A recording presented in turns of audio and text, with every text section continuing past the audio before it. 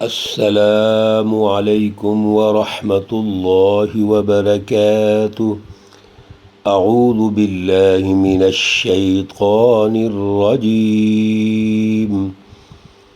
بسم اللہ الرحمن الرحیم۔ الذی جعل لکم الارض فراشا والسماء بناء وأنزل من السماء ماء فأخرج به من الثمرات رزقا لكم فلا تجعلوا لله أندادا وأنتم تعلمون۔ صدق اللہ العلی العظیم۔ اللہم صل علی سیدنا ومولانا محمد النبی الأمی وعلى آلہ واصحابہ وبارک وسلم وصلی علیہ۔ معزز سامعین و سامعات، پارہ نمبر 1 سورۃ البقرہ، آیت مقدسہ نمبر 22 ہے۔ اللہ رب العزت اس آیت مقدسہ کا فہم اور شعور عطا فرمائیں اور عمل کی توفیق اور صلاحیت عطا فرمائیں۔ گزشتہ درس میں آیت مقدسہ نمبر 21 میں یہ عرض کیا تھا کہ 2 رکوعات کے بعد دونوں رکوعات میں 3 انسانی جماعتوں کا تذکرہ ہوا ہے۔ ایک انسانی جماعت متقین، مومنین، مسلمین، حزب اللہ، کامیاب سچی جماعت جو سچی رہنمائی پر ہے۔ دوسری انسانی جماعت جو بالکل ان کے مقابلے میں ہے، وہ شیطانی جماعت ہے، حزب الشیطان ہے۔ ختم اللہ علی قلوبہم وعلی سمعہم وعلی ابصارہم غشاوہ۔ ان دونوں جماعتوں کا مقابلہ ہے۔ اور تیسری جماعت منافقین کی ہے، جو اعلی کار کے طور پر اپنا کردار ادا کرتے ہیں۔ میرے عزیزو، اللہ رب العزت کا یہ تعارف قیامت تک کے انسانوں کے لیے ہے۔ اس لیے ہمیں ہمیشہ غور و فکر کرنا ہے کہ ہمارے اندر جو اوصاف ہیں، جو صفات ہیں، وہ مومنین اور متقین کی ہونی چاہیے۔ اللہ رب العزت ہمیں اپنی پناہ میں رکھے، حفاظت میں رکھے۔ کفار اور منافقین کی صفات بھی یہاں واضح ہو چکی ہیں۔ اور پھر کل کے درس میں عرض کیا تھا کہ اللہ رب العزت کا ایک فرمان شاہی ہے، حکم ہے، جو آیت مقدسہ نمبر 21 میں ہم نے ڈسکس کیا تھا۔ اور وہ کیا حکم ہے؟ سب سے پہلے یہ عرض کیا تھا کہ تمام انسانوں کو حکم ہے، یا ایہا الناس، اور اس پر بھی ہم نے لاجک عرض کی تھی۔ حکم کیا ہے؟ اعبدوا، عبادت، بندگی۔ اسی کو ہم توحید کہتے ہیں، اسی کو ہم اللہ کی غلامی کہتے ہیں، اسی کو خدا شناسی کہتے ہیں۔ میرے عزیزو، یہ محض بیانیہ نہیں ہے۔ اپنے اللہ کی جب عبادت کرنی ہے تو ہمہ وقت اس کی غلامی میں رہنا ہے۔ وہی سب کچھ ہے، ہم کچھ بھی نہیں۔ اور پھر اس عبادت کا نتیجہ تقویٰ ہے، اللہ کو پہچاننا، اس کا حق ادا کرنا، اس سے اپنا تعلق مضبوط رکھنا، اسی کو عبادت کہتے ہیں۔ اسی لیے مومن کا ہر لمحہ عبادت ہوتا ہے۔ وہ سویا ہوا ہے تب بھی عبادت ہے، اٹھا ہوا ہے تب بھی عبادت ہے، وہ اپنی زبان سے بھی اللہ کا ذکر کرتا ہے، اپنے عمل سے بھی اللہ کا ذکر کرتا ہے۔ آج کی آیت مقدسہ میں اللہ رب العزت نے جو تدبیری نظام، پورا سسٹم بنایا ہوا ہے، اس کی وضاحت ہے، اور یہاں تو ہم مختصر عرض کریں گے۔ سب سے پہلے اللہ رب العزت کے اس سسٹم میں، جس میں معاشی اور سیاسی دونوں نظام وابستہ ہیں، اور معاشی نظام کی بنیاد کیا ہے اور کن کے لیے ہے، اللہ ارشاد فرما رہے ہیں الذی، جس رب کی تم نے عبادت کرنی ہے، ربکم الذی خلقکم، اس نے تمہیں پیدا کیا۔ اب تمہیں پیدا تو کر دیا ہے، لیکن تمہارے لیے وسائل بھی رکھے ہیں۔ سبحان اللہ، توجہ میرے عزیزو چاہیے۔ کیا وسیلے رکھے؟ سب سے پہلے جعل، بنایا اس نے، لکم، تمہارے لیے، الارض، زمین کو، فراشن، بچھونا، فرش۔ پہلا وسیلہ زمین پیدا کر دی۔ اب زمین ہمارے لیے کتنی استعمال ہوتی ہے، یہ تو بے شمار اس پہ گفتگو ہے، اور اللہ کے انعامات ہیں۔ سب سے بڑا انعام کیا ہے اللہ کا، کہ ہمارے لیے اس نے پرسکون جگہ بنا دی۔ ہم اس زمین پر سوتے ہیں، اس پہ سفر کرتے ہیں، ہم اس زمین سے اللہ کے وسائل نکالتے ہیں، آگے آ رہی ہے تفصیلات اس کی۔ تو یہ پرسکون طریقے سے ہم یہاں آرام کرتے ہیں، رہائشیں بناتے ہیں، تعمیرات کرتے ہیں، اور اللہ نے ہمارے لیے اس کو ٹھکانہ بنا دیا۔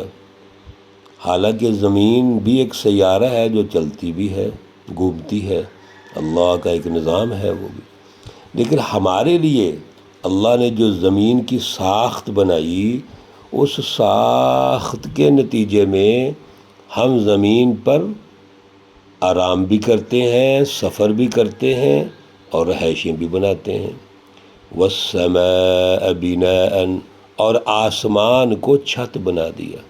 چھت کا کیا مطلب ہوتا ہے؟ حفاظت۔ اللہ نے آسمان کا پورا ایک سسٹم ہے، یہ بھی ایک تدبیری نظام ہے، وہ اللہ نے بنایا، اور وہ ہماری حفاظت کے لیے چھت بنا دیا۔ سبحان اللہ، دیکھیے اس چھت میں کہیں دراڑ نظر آتی ہے؟ قرآن پاک میں اللہ رب العزت اس چھت کی بھی وضاحت کرتے ہیں۔ یہ کون ہستی ہے جو بنانے والی ہے؟ اللہ رب العزت نے بغیر ستون کے چھت کھڑی کر دی۔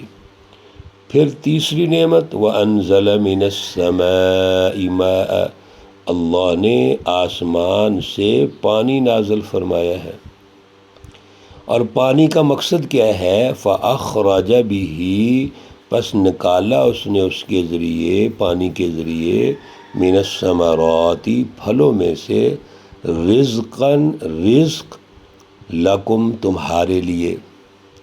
تین باتیں ہیں میرے عزیزو اس جملے میں۔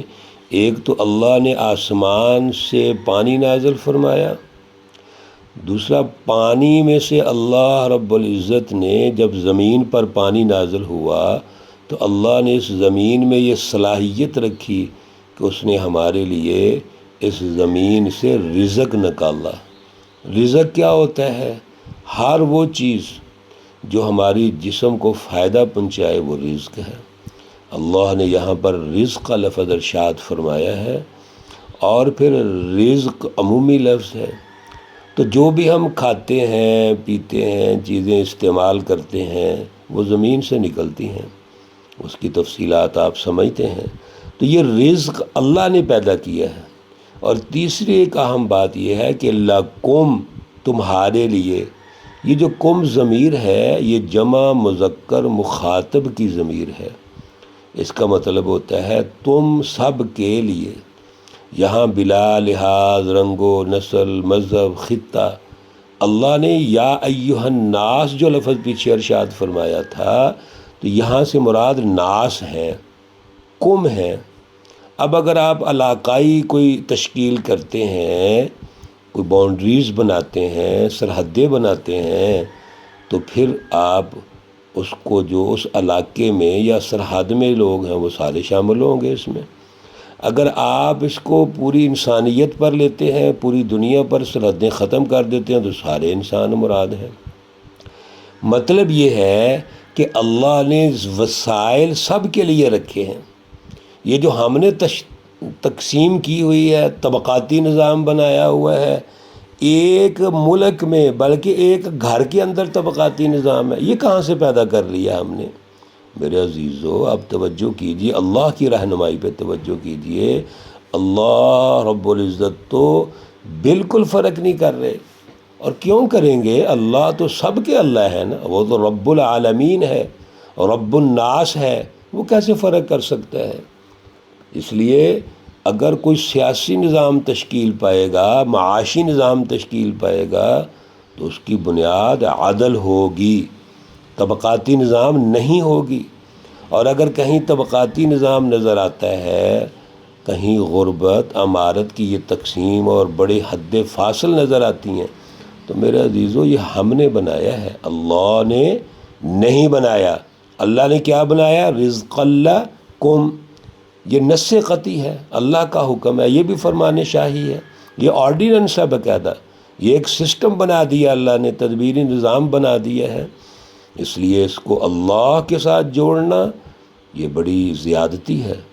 آگے اللہ رب العزت نے آخری جملوں میں بڑی خوبصورت بات ارشاد فرمائی کہ جب اللہ نے تمہارے لیے پورا تدبیری نظام بنایا ہے، وسائل رکھے ہیں، زمین اللہ کی، آسمان اللہ کے، وسائل قدرت اللہ کے ہیں، تو پھر فَلَا تَجْعَلُوا لِلَّهِ، پس تم مت بناؤ اللہ کے ساتھ اندادن، کوئی شریک، وَأَنْتُمْ تَعْلَمُونَ، حالانکہ تم جانتے ہو۔ یہ سارا کچھ سمجھنے کے باوجود، دیکھنے کے باوجود آپ اللہ کے ساتھ شریک کرتے ہو۔